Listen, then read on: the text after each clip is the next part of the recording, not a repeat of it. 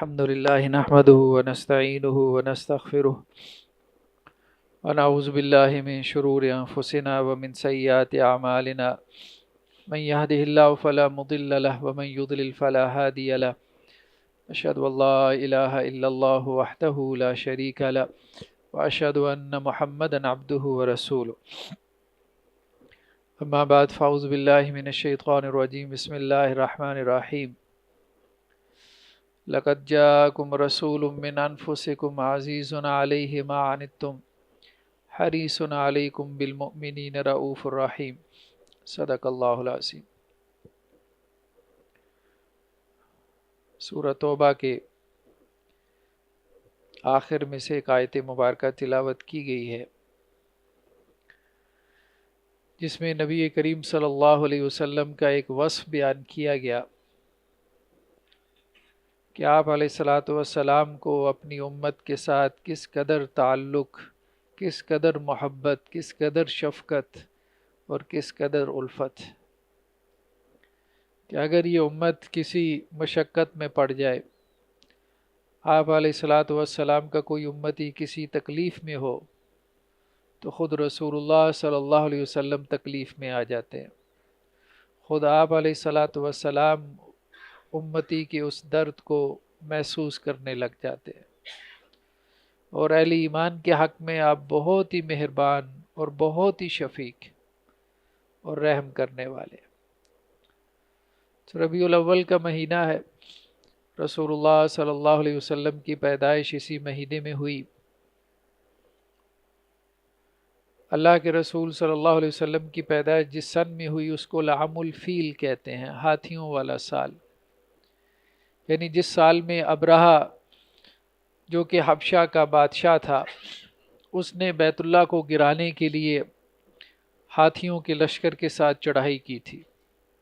وہ واقعہ معروف ہے جو قرآن میں بھی موجود ہے سورہ فیل میں، کہ اللہ سبحانہ و تعالیٰ نے جھنڈ کے جھنڈ پرندے بھیجے تھے ساحل کی طرف سے، اور انہوں نے ابرہہ کے لشکر کو تباہ و برباد کر دیا تھا۔ یہ سال عام الفیل، ہاتھیوں والا سال کہلاتا تھا۔ اسی سال رسول اللہ صلی اللہ علیہ وسلم کی پیدائش ہوئی۔ عیسوی اعتبار سے یہ 571 کا سال بنتا ہے۔ اللہ کے رسول صلی اللہ علیہ وسلم کی پیدائش جس دن میں ہوئی اس میں تو کوئی اختلاف نہیں، لیکن یہ ہے کہ جس تاریخ میں ہوئی اس میں کچھ اختلاف مروی ہے۔ آپ علیہ الصلاۃ والسلام کی ایک صحیح حدیث ہے، آپ نے فرمایا کہ میں سوموار کے دن روزہ رکھتا ہوں اس لیے کہ اللہ نے مجھے اس دن میں پیدا کیا، تو اللہ کا شکر ادا کرنے کے لیے شکرانے کے طور پہ میں روزہ رکھتا ہوں۔ تو آپ علیہ الصلاۃ والسلام کی پیدائش عام الفیل میں 571 میں ہوئی، ربیع الاول کے مہینے میں ہوئی اور سوموار کے دن ہوئی۔ جہاں تک تاریخ کا معاملہ ہے تو اس میں اختلاف ہو گیا، اس میں 10-12 کے قریب ہمیں اقوال ملتے ہیں۔ بعض اہل علم نے کہا کہ 8 ربیع الاول کو آپ کی پیدائش، بعض نے کہا کہ 9 ربیع الاول کو آپ کی پیدائش ہوئی، بعض نے کہا کہ 12 ربیع الاول کو آپ کی پیدائش ہوئی، بعض نے کہا کہ 17 ربیع الاول کو پیدائش ہوئی، بعض نے 18 ربیع الاول کا بھی کہا، تو مختلف اقوال ہیں۔ زیادہ جو معروف قول ہیں وہ 8، 9 اور 12 کے ہیں۔ الرحیق المختوم جو کہ سیرت کی وہ کتاب ہے کہ جب سیرت کی کتابوں کے حوالے سے مقابلہ ہوا تو اس کو فرسٹ پرائز ملا۔ انڈیا کے ایک بہت بڑے عالم دین تھے صفی الرحمن مبارک پوری علیہ الرحمہ، انہوں نے یہ کتاب لکھی، عربی میں لکھی تھی، بعد میں اس کا انگریزی میں ترجمہ ہوا سیل نیکٹر کے نام سے، اردو میں بھی ترجمہ ہوا۔ اس کتاب کے مصنف کی تحقیق یہ ہے کہ آپ صلی اللہ علیہ وسلم کی پیدائش 9 ربیع الاول کو ہوئی۔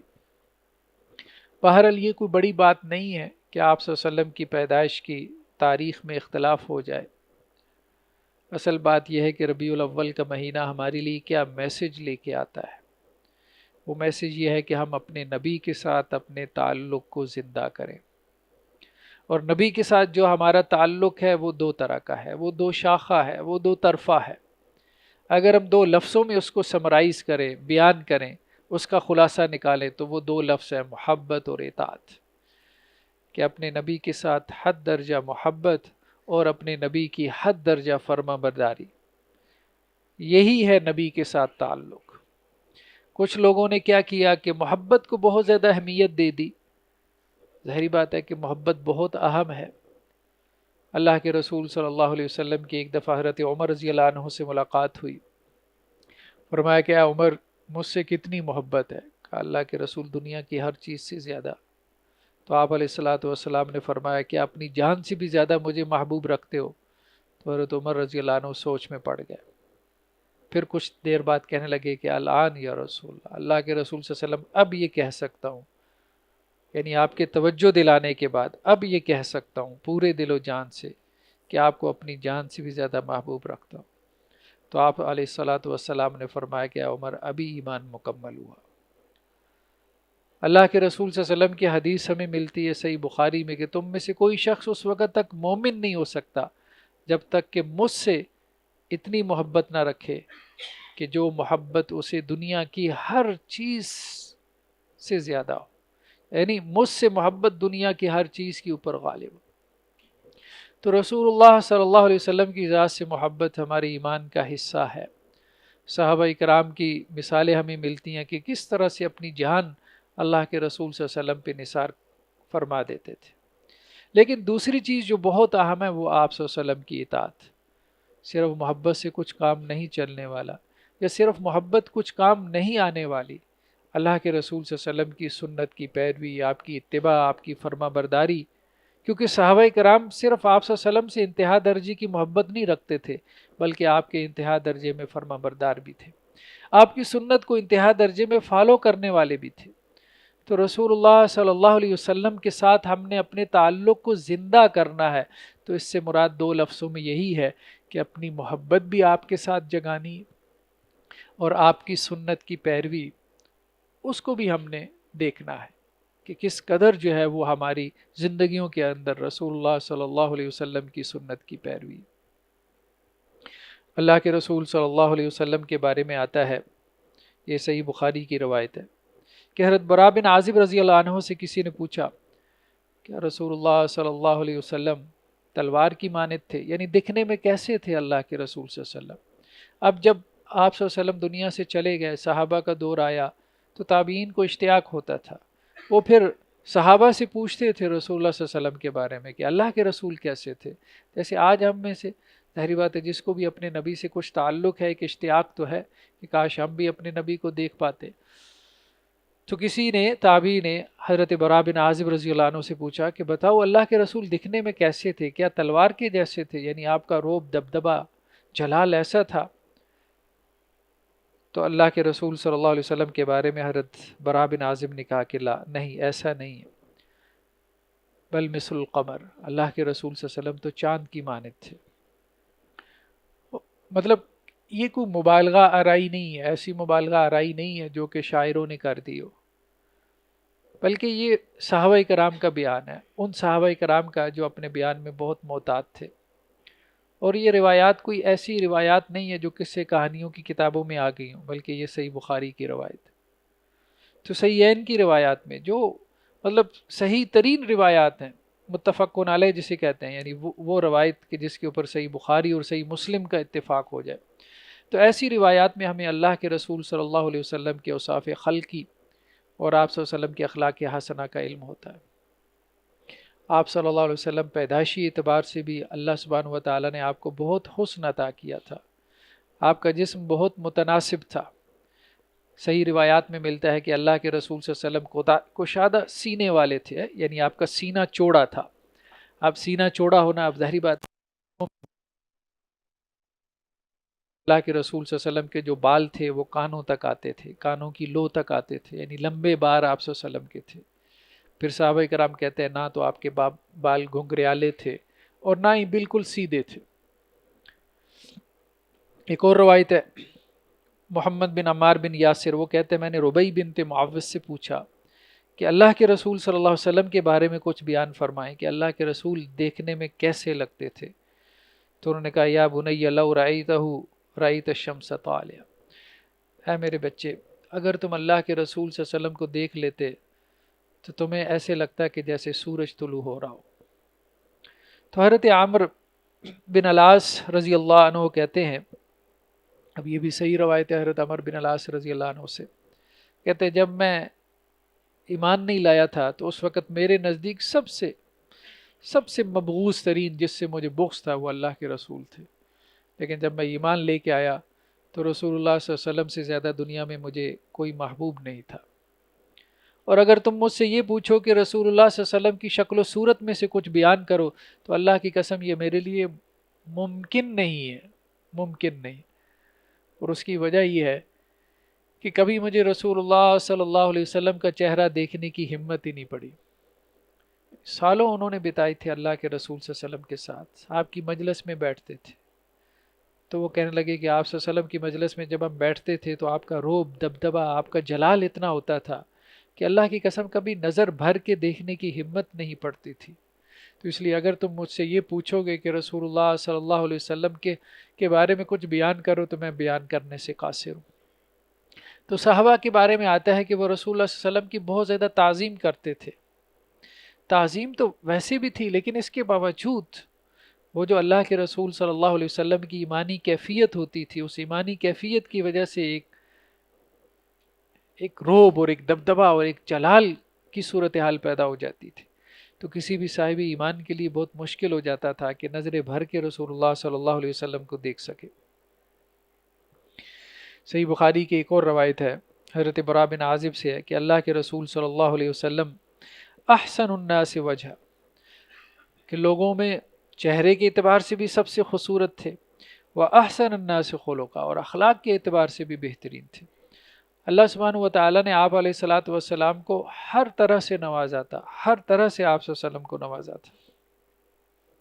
ایک اور روایت میں ہے حضرت برا بن عازب سے حضرت انس رضی اللہ عنہ سے کہ اللہ کے رسول صلی اللہ علیہ وسلم کا جو چہرہ تھا ازہر اللون، یعنی ایک صحابی سے روایت نہیں ہے، مختلف صحابہ سے جب پوچھا جاتا تو وہ ایک ہی جیسی باتیں بیان کرتے تھے کہ آپ صلی اللہ علیہ وسلم کا چہرہ بہت چمکتا دمکتا تھا، بہت چمکتا دمکتا تھا۔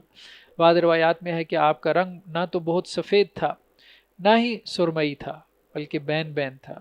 چہرے کے اندر جو ہے وہ سرخی تھی، آپ کی آنکھوں میں سرخ ڈورے تھے، آپ کے بال جو ہے وہ انتہائی سیاہ تھے، آپ کی داڑھی بہت گھنی تھی، یہاں تک کہ سینے کو جو ہے وہ ڈھانپ لیتی تھی۔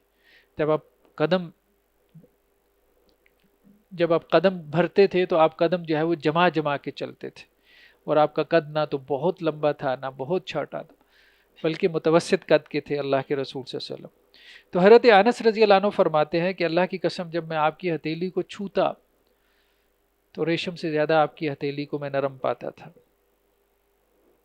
اور میں نے آپ کے ہاتھ سے زیادہ کسی چیز کو جو ہے وہ نرم نہیں محسوس کیا، اور یہاں تک کہ آپ سے جو پسینے کی بو آتی تھی تو ایسے محسوس ہوتا تھا کہ جیسے مشک کی بو ہو۔ یہ صحیح مسلم کی روایت ہے۔ مطلب یہ پاسبل نہیں ہے، یہ ممکن نہیں ہے عام انسان کے لیے کہ اس کی پسینے کی بدبو جو ہے وہ خوشبو، لیکن اللہ کے رسول صلی اللہ علیہ وسلم کا معاملہ اس سے بہت الگ تھا۔ بلکہ صحیح مسلم کی ایک اور روایت میں حضرت ام سلیم سے، صحیح مسلم کی روایت ہے کہ وہ اللہ کے رسول صلی اللہ علیہ وسلم کا پسینہ اکٹھی کرتے، تو آپ صلی اللہ علیہ وسلم مطلب سو رہے تھے تو اللہ کے رسول جاگ گیا، آپ نے فرمایا کہ یہ کیا کر رہی ہو؟ تو انہوں نے کہا جی ہم اس کو عطر میں ملائیں گے۔ تو رسول اللہ صلی اللہ علیہ وسلم کے پسینے سے بھی خوشبو پھوٹتی تھی۔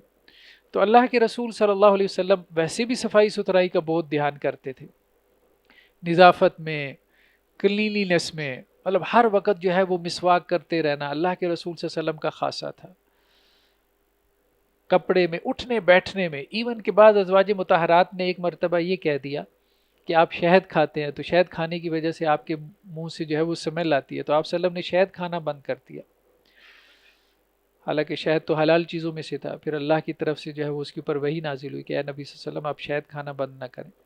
حضرت ابو ایوب انصاری علیہ الرحمہ، آپ علیہ الصلاۃ والسلام جب مدینہ میں ہجرت کر کے تشریف لے کے گئے تو آپ نے قیام حضرت ابو ایوب انصاری رضی اللہ عنہ کے ہاں فرمایا، تو وہ آپ علیہ الصلاۃ والسلام کو کھانا بھیجا کرتے تھے۔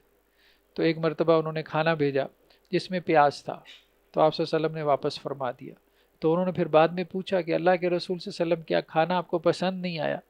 تو آپ علیہ الصلاۃ والسلام نے فرمایا ایسا نہیں ہے، جو کھانا تم نے بھیجا اس میں پیاز ہے، اور مجھے حضرت جبریل علیہ الصلاۃ والسلام سے گفتگو کرنی ہوتی ہے، تو میں یہ پسند نہیں کرتا کہ میں پیاز کھا کے جبریل علیہ الصلاۃ والسلام سے گفتگو کروں. یعنی پیاز میں ظاہری بات ہے کہ ایک بو ہوتی ہے، لیکن اتنی بھی کیا بدبو ہوتی ہے مجھے بتائیں. ہم لوگ پیاز کھاتے ہیں.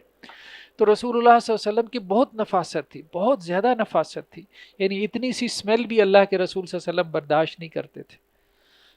تو اللہ سبحانہ و تعالیٰ نے اخلاق کے اعتبار سے بھی، اللہ سبحانہ و تعالیٰ نے پیدائشی اعتبار سے بھی آپ علیہ الصلاۃ والسلام کو ہر اعتبار سے نوازا تھا، ہر اعتبار سے نوازا تھا.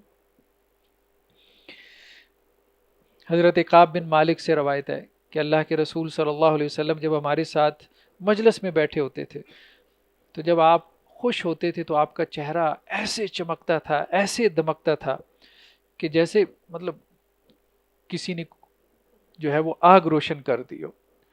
تو اللہ کے رسول صلی اللہ علیہ وسلم کا معاملہ یہ تھا. تو آپ صلی اللہ علیہ وسلم کے خیر صحابہ کرام نے پیدائشی اوصاف تو بیان کیے، لیکن اس کے ساتھ ساتھ صحابہ کرام کی جو محبت تھی اللہ کے رسول صلی اللہ علیہ وسلم کے ساتھ، جو ان کی تعظیم تھی، جو ان کا احترام تھا، بہرحال یہ بھی ہمارے ایمان کا ایک حصہ ہے. مطلب ایسا نہیں ہے کہ اب اللہ کے رسول صلی اللہ علیہ وسلم جو ہے وہ خاص ایک مکتب فکر کی اللہ کے رسول ہے. ظاہری بات ہے کہ وہ تمام جو ہے وہ مسلمانوں کے لیے اللہ کے رسول ہے. یا ایک خاص مکتب فکر نے اگر یہ کلیم کر دیا کہ جی ہمارا اللہ کے رسول صلی اللہ علیہ وسلم کے ساتھ عشق ہے، محبت ہے، تو اس کا مطلب یہ نہیں باقیوں کا نہیں ہے. اس کا مطلب یہ نہیں، یا اس کا مطلب یہ نہیں ہے کہ ان کی رائلٹی ہے، اب کوئی اللہ کے رسول سے محبت نہیں کر سکتا. نہیں، ایسا تو کچھ بھی نہیں ہے. تو اللہ کے رسول صلی اللہ علیہ وسلم کے ساتھ محبت ہے. صحابہ کرام سے ہمیں یہ ملتا ہے کہ اللہ کے رسول صلی اللہ علیہ وسلم کو کچھ کھاتے ہوئے دیکھ لیتے تھے. حضرت انس رضی اللہ عنہ فرماتے ہیں، صحیح بخاری کی روایت ہے، میں نے ایک مرتبہ اللہ کے رسول کو دیکھا کہ آپ گوشت میں سالن تھا، اس میں کدو تھے، تو کدو آپ شوق سے ڈھونڈ ڈھونڈ کے کھا رہے تھے. تو کہنے لگے اس کے بعد سے کدو مجھے محبوب ہو گیا.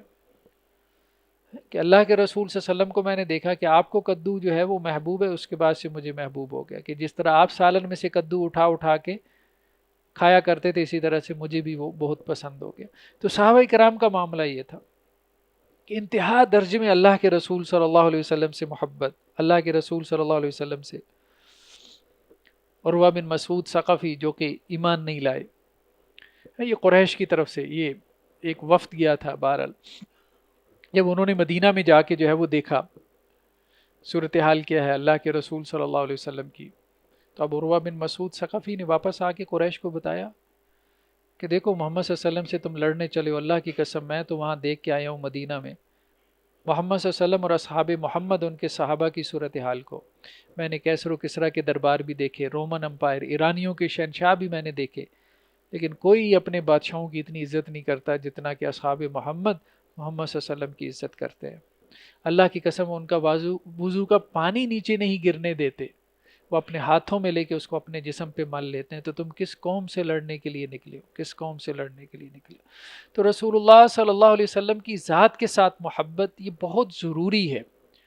دیکھیے اللہ کے رسول صلی اللہ علیہ وسلم کی ذات سے محبت بیسیکلی بنیادی طور پہ دین کے ساتھ محبت ہے، بنیادی طور پہ اللہ سبحانہ و تعالیٰ کے ساتھ محبت ہے. اس لیے قرآن مجید جو ہے اس کو بہت زیادہ ایمفیسائز کرتا ہے، اللہ کی محبت کو بھی اور اللہ کے رسول صلی اللہ علیہ وسلم کی محبت کو بھی. ایک اور روایت میں ہے غزوہ بدر کے موقع پہ اللہ کے رسول صلی اللہ علیہ وسلم جو ہے وہ صحابہ کی صفیں سیدھی کروا رہے تھے. ایک طرف مسلمانوں کا لشکر، دوسری طرف جو ہے وہ کفار کا لشکر.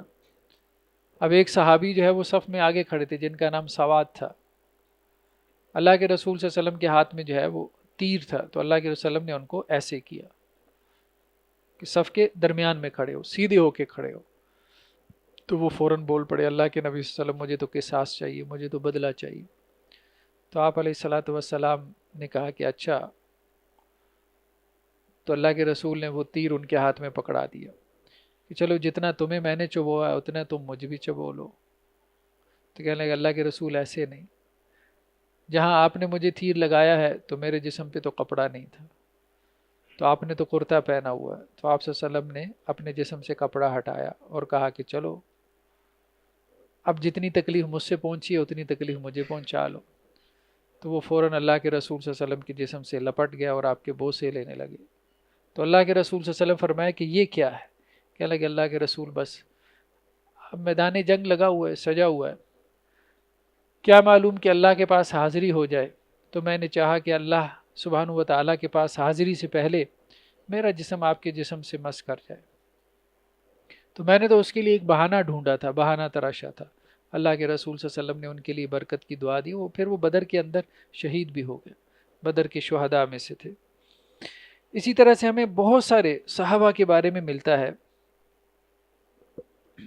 کہ وہ اللہ کے رسول صلی اللہ علیہ وسلم کے لیے کس طرح سے مطلب اطاعت تو خیر بڑی بات ہے، کہ وہ معاملات کہ جن میں شاید اس طرح سے اللہ تعالیٰ نے حکم بھی نہیں دیا اللہ کے رسول صلی اللہ علیہ وسلم کی اطاعت کا، لیکن اس میں بھی وہ آپ صلی اللہ علیہ وسلم کی اتباع کیا کرتے تھے.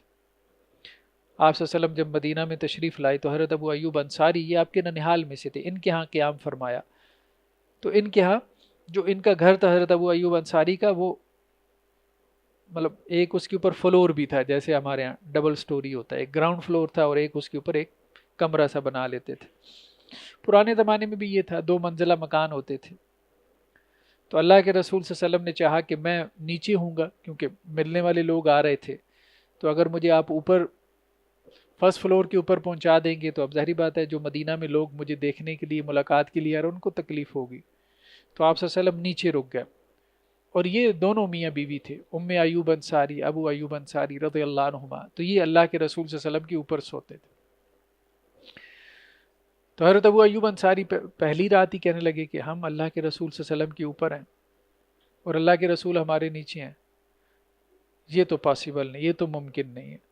تو وہ اپنے اس کمرے کے ایک کونے میں ساری رات انہوں نے گزاری. صبح ہوئی، آپ صلی اللہ علیہ وسلم کی خدمت میں حاضر ہوئی، کہنے لگے اللہ کے رسول یہ تو پاسبل نہیں ہے، یہ تو ممکن نہیں ہے کہ ہم آپ سے بلند ہوں. اب ظاہری بات ہے یہ اس معنی میں تو کوئی گناہ کی بات تھی نہیں. تو اللہ کے رسول یہ تو ممکن نہیں ہے کہ آپ نیچے ہوں اور ہم آپ کے اوپر جو ہے وہ چل رہے ہوں چھت کے اوپر، یہ تو ممکن نہیں ہے. تو انہوں نے بہت اصرار کیا. پھر اللہ کے رسول صلی اللہ علیہ وسلم جو ہے وہ پہلی منزل پہ تشریف لے گئے اور وہ نیچے سو اپنا رہنے لگے. اللہ کے رسول صلی اللہ علیہ وسلم کے ایک اور صحابی ہیں، ان کا نام ابھی میرے ذہن میں نہیں آ رہا، وہ بھی صحیح روایت ہے. کسی نے ان سے پوچھا کہ آپ اللہ کے رسول صلی اللہ علیہ وسلم کے ہم عمر ہیں، کہنے لگے یا یہ سوال کیا کہ آپ بڑے ہیں یا اللہ کے رسول صلی اللہ علیہ وسلم بڑے ہیں. یہ سوال کیا تھا کہ آپ بڑے ہیں یا اللہ کے رسول صلی اللہ علیہ وسلم بڑے ہیں. تو اللہ کے رسول صلی اللہ علیہ وسلم نے فرمایا، تو انہوں نے یہ سوال کیا کہ آپ بڑے ہیں کہ اللہ کے رسول صلی اللہ علیہ وسلم بڑے ہیں.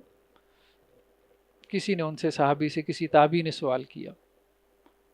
تو وہ صحابی کہنے لگے کہ میں اللہ کے رسول صلی اللہ علیہ وسلم سے پہلے پیدا ہوا ہوں، لیکن اللہ کے رسول مجھ سے بڑے ہیں. مطلب کہنے کا مقصد یہ تھا کہ وہ تو پوچھ رہے تھے کہ عمر میں بڑے ہیں، تو اب ظاہری بات ہے عمر میں تو وہ بڑے تھے، لیکن انہیں یہ کہنا مناسب نہیں لگا کہ میں یہ کہوں کہ میں اللہ کے رسول صلی اللہ علیہ وسلم سے بڑا ہوں. تو اس طرح سے جواب دیا کہ دیکھو میں اللہ کے رسول صلی اللہ علیہ وسلم سے پہلے پیدا ہوا، لیکن اللہ کے رسول صلی اللہ علیہ وسلم مجھ سے بڑے ہیں. تو صحابہ کرام کی جو تعظیم تھی اللہ کے رسول صلی اللہ علیہ وسلم کے لیے، تو بہرحال وہ حد درجے ہمیں ملتی ہے روایات کے اندر، حد درجے ملتی ہے. بعض روایات میں ملتا ہے کہ جب وہ اللہ کے رسول صلی اللہ علیہ وسلم کے ساتھ صحابہ کرام بیٹھے ہوتے تھے مجلس کے اندر، تو ایسے خاموشی سے بیٹھے ہوتے تھے کہ جیسے ان کے سروں کے اوپر پرندے بیٹھے ہوں، اور اگر ذرا بھی وہ ہلیں گے تو وہ پرندے جو ہے وہ اڑ جائیں گے. تو اللہ کے رسول صلی اللہ علیہ وسلم کے لیے یہ تعظیم، یہ محبت، یہ مطلوب ہے، یہ ہمارے دین کا تقاضا ہے. لیکن اسی طرح سے اللہ کے رسول صلی اللہ علیہ وسلم کی اطاعت بھی مطلوب ہے. بہت سے بھائی سوالات کر رہے تھے میلاد النبی کے حوالے سے، رسول اللہ صلی اللہ علیہ وسلم کی پیدائش کے حوالے سے. دیکھیں اللہ کے رسول صلی اللہ علیہ وسلم جس دن میں پیدا ہوئی ہے تو آپ صلی اللہ علیہ وسلم نے ہمارے لیے ایک اسوہ چھوڑ دیا کہ آپ نے اس دن میں روزہ رکھا.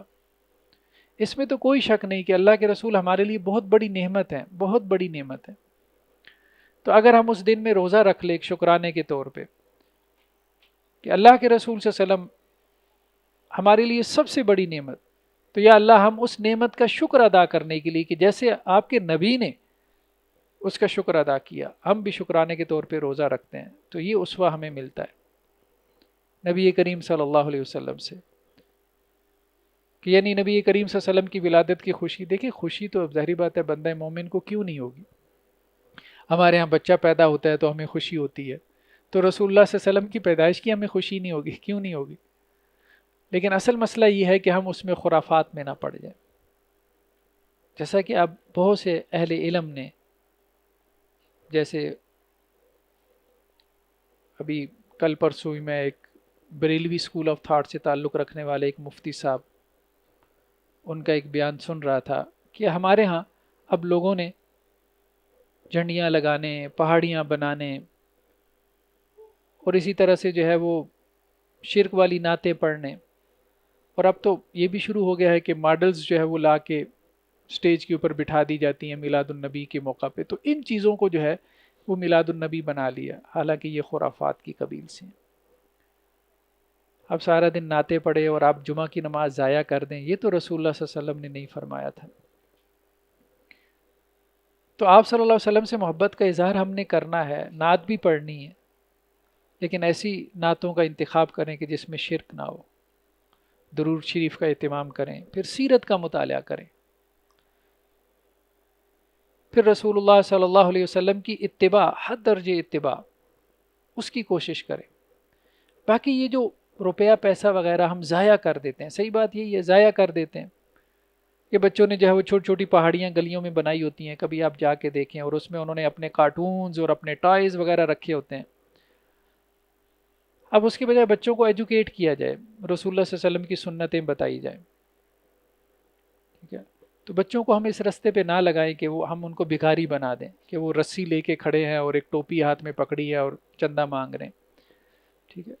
بجائے اس کے کہ ہم کیا کریں، کچھ اپنے محلے میں اگر غریب غربا ہے، تو اللہ کے رسول صلی اللہ علیہ وسلم کیا کرتے تھے، آپ صلی اللہ علیہ وسلم کی سنت کیا تھی کہ جو کچھ ہوتا تھا اللہ کے رستے میں نکال دیتے تھے، تو وہی پیسہ جو ہم ان رسموں کے اوپر خرچ کر رہے ہیں، اب دیکھیں نا کہ یہ پوری ایک مارکیٹ بن گئی، جس طرح 14 اگست کی مارکیٹ تھی، اب چائنا نے بھی کیا کیا، میلاد النبی کے حوالے سے طرح طرح کی جھنڈیاں اور جھنڈے اور پتہ نہیں کیا کچھ مارکیٹ میں لا رکھا ہے، وہی پیسہ جو ہم ان جھنڈے جھنڈیوں کے اوپر جو ہے وہ خرچ کرتے ہیں، اسی کو ہم غربا کے اوپر تقسیم کر دیں، نبی کریم صلی اللہ علیہ وسلم کے نام سے صدقہ کر دیں، اور نہ صحیح اللہ کے رسول صلی اللہ علیہ وسلم کو اس سے زیادہ خوشی ہوگی کہ وہ پیسہ غریبوں پہ لگے، بھوکوں کو کھانا کھلایا جائے، پیاسوں کو پانی پلایا جائے۔ کتنی غربت ہے، لوگوں کی بنیادی ضرورتیں پوری نہیں ہوتی، لوگوں کے پاس اپنے گھر کا جو ہے وہ مکان کا کرایہ دینے کے پیسے نہیں ہیں، اور ہم وہ پیسے جو ہے وہ اسی طرح سے اڑا دیں خرافات کے اندر۔ رسول اللہ صلی اللہ علیہ وسلم کی یہ تعلیمات نہیں ہے، تو اللہ کے رسول صلی اللہ علیہ وسلم کے ساتھ محبت کرنا، محبت کا اظہار کرنا، یہ سب ہمارے ایمان کا حصہ ہے۔ آپ صلی اللہ علیہ وسلم کی پیدائش کی خوشی منانا، لیکن منانی کیسے ہے؟ ویسی جیسے اللہ کے رسول صلی اللہ علیہ وسلم نے منائی، اتباع کے راستے سے، آپ کی فرما برداری کی راستے سے، ان طریقوں سے جن سے اللہ کے رسول صلی اللہ علیہ وسلم کو خوشی ہوتی ہے، انہی طریقوں سے ہم نے آپ صلی اللہ علیہ وسلم کی پیدائش کی خوشی منانی، نہ کہ ایسے طریقوں سے جو فضول خرچی والے ہیں، جو اسراف والے ہیں، جن کے بارے میں قرآن نے کہا ان المبذرین کانوا اخوان الشیاطین، فضول خرچ جو ہے وہ شیاطین کے بھائی ہے۔ اور فضول خرچی کسے کہتے ہیں؟ ایسی جگہ پیسہ لگانا جس کا کوئی فائدہ نہیں، نہ دنیا کا نہ دین کا، کسی غریب کے کام آ جائے، کسی غریب کا بھلا ہو جائے۔ تو یہ چیزیں ہمیں بس سوچنی چاہیے، اللہ سے دعا ہے اللہ تعالیٰ ہمیں عمل کی توفیق نصیب فرمائے۔